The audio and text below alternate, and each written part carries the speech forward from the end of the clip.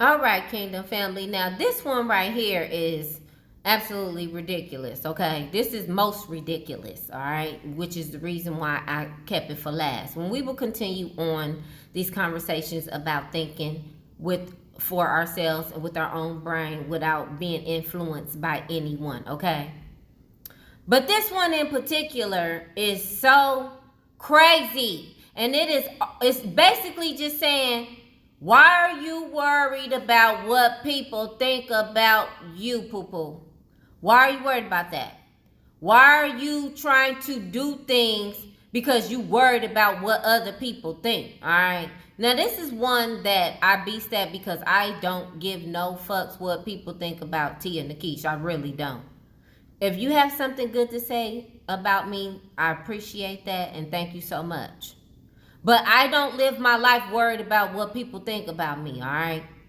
I don't.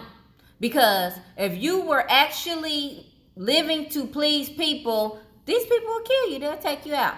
All right? Well, I can think for myself, and as long as God loves me and I am very proud of myself, I'm okay with that. All right? I go to sleep and I don't think nothing about anything outside of myself and God. All right? And what people think about me. All right? But there's so many people that always do stuff because they feel like they're gonna look foolish in front of people, or the people gonna feel some type of way about what they doing, or whatever they look like, or whatever they say, or whatever the case may be. And it's just like, no, baby, you don't want to live in that prison that you a self-inflicted prison. Let's start there, because you choosing to worry about what everybody think of you and who got something to say. And it's like, no, because 9 times out of 10, the same people that feel like they can say something about you, you can absolutely say something about them. That's why I be wanting somebody to say something crazy to me, because we can always just say something crazy to each other, because